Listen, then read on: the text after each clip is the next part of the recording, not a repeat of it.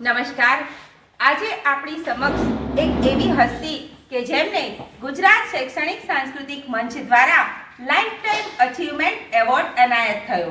તો આજે આપણે એમને મળીએ. સર, આપ આપનો પરિચય જણાવશો? નમસ્કાર, મારું નામ છે ભગવતદાન ગુલાબસિંહ ગઢવી. સુરેન્દ્રનગર જિલ્લાની પાટડી તાલુકાની ઝાડિયાણા પ્રાથમિક શાળામાં મદદનીશ શિક્ષક તરીકે હું કામ કરું છું અને વ્યવસાય શિક્ષક અને શોખથી લોક સાહિત્ય પણ હું પીરસું છું. ખૂબ સરસ.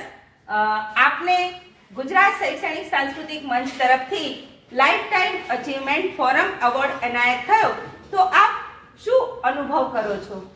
ખરેખર જ્યારે એનાઉન્સમેન્ટ થયું, મને જાણ થઈ, ત્યારે મારી ખુશીનો કોઈ પાર નહોતો. એટલા માટે કે એક સુરેન્દ્રનગર જિલ્લાના રણકાંઠે આવેલી છેવાડાની અંતરિયાળ શાળામાં કામ કરતા શિક્ષકની નોંધ ગુજરાત લેવલનું, રાજ્ય લેવલનું શૈક્ષણિક સાંસ્કૃતિક મંચ નોંધ લે છે અને એવી રીતે નોંધની અને મારા નામની પસંદગી કરી ત્યારે ખરેખર મને ખૂબ રાજીપો થયો. ખૂબ સરસ. આગળ વાત કરીએ તો આપની પસંદગી એવા કયા વિશિષ્ટ કાર્યો થકી આપની આ એવોર્ડ માટે પસંદગી કરવામાં આવી છે? થોડો પ્રકાશ પાડશો? જી, ખૂબ સરસ પ્રશ્ન. ફોરમ એવોર્ડ આપવામાં આવે છે શૈક્ષણિક પ્રવૃત્તિઓને આધારે આપવામાં આવે છે, પણ આ એક મંચ દ્વારા લાઈફ ટાઈમ અચીવમેન્ટ એવોર્ડ, એમાં શિક્ષણની પ્રવૃત્તિઓ તો ખરી જ, પણ સાથે સાથે લોક સાહિત્ય અને સાહિત્યની પ્રવૃત્તિઓને પણ એમાં વળી લેવામાં આવી છે. શાળા કક્ષાએ બાળકોમાં પોતાના જીવન કૌશલ્ય વિકસે એના માટેની ઘણી બધી પ્રવૃત્તિઓ અમે શાળામાં કરતા હોઈએ છીએ. ખાસ કરીને મારો એન્કરિંગનો વિષય છે, લોક સાહિત્યનો વિષય છે, તો મારી શાળામાં પણ એવા બાળકો એન્કર થાય, વક્તા બને, ખૂબ વાંચન વધે, એના માટેની અનેક પ્રવૃત્તિઓ હું શાળા કક્ષાએ કરું છું. એટલે શાળા કક્ષાની બાળકોના સર્વાંગીણ વિકાસ માટેની અનેક પ્રવૃત્તિઓની નોંધ લેવાઈ છે. સાથે સાથે લોક સાહિત્ય એ મારો રસનો વિષય છે અને લોક સાહિત્યના માધ્યમથી સમગ્ર ગુજરાતભરમાં અને વિદેશમાં પણ ટીવીના માધ્યમથી અનેક લોકવાર્તાઓ મેં પ્રેઝન્ટ કરી છે, અનેક સેમિનારો કર્યા છે, અનેક લોક ડાયરાઓ કર્યા છે.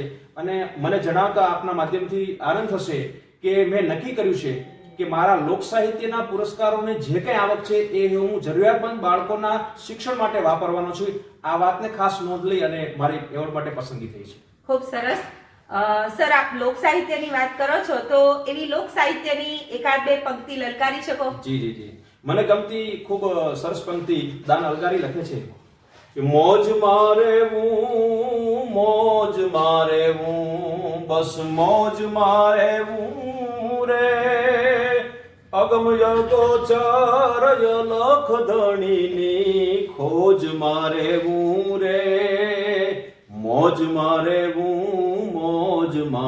હું બસ મોજ મારે હું રે. વાહ. ગુજરાત શૈક્ષણિક સાંસ્કૃતિક મંચ વિશે આપ શું કહેવા માંગો છો? જી, સામાન્ય રીતે કોઈ પણ સંસ્થાની આપણે જ્યારે વાત કરતા હોય ત્યારે એક વિશિષ્ટ સંસ્થા તરીકે હું આ જોઉં છું, કારણ કે આ સંસ્થાનો પરિચય આપતા મને બહુ આનંદ થશે કે એક એવી શૈક્ષણિક અને સાંસ્કૃતિક કામો કરતી એક સંસ્થા છે કે જેમાં કોઈ હોદ્દેદાર નથી, જેમાં કોઈ એનું ફંડ નથી અને કોઈ એનું બંધારણ નથી. એવી અવૈધિક સંસ્થા ગુજરાત લેવલે કામ કરી રહી છે. સમગ્ર ગુજરાતમાંથી ખૂણે ખૂણે કામ કરતા સારા શિક્ષકોની પ્રવૃત્તિઓને અહીંયા લાવી અને અન્ય શિક્ષકો સુધી પહોંચાડવાનું કામ કરે છે. એટલે મને એવું લાગે છે કે પોતાના નિજી વ્યવસાયમાં કામ કરતા શિક્ષકો ક્યારેક વહીવટીના કારણે ક્યારેક કંટાળો અનુભવતા હોય ત્યારે એ અહીંયા આવી અને આ વિચારોનું શેરિંગ કરે છે. એટલે સતત પ્રોત્સાહન અમને મળતું રહે છે. ત્યારે હું કહીશ કે અમારા માટે આ સંસ્થા છે એ શિક્ષકો માટે નોળવેલનું કામ કરે છે. આ બાળકો માટે હું વાપરીશ. ખૂબ સરસ. ખૂબ ખૂબ આભાર. ગુજરાત શૈક્ષણિક સાંસ્કૃતિક મંચ વતી હું આપનો આભાર વ્યક્ત કરું છું. આભાર. ધન્યવાદ.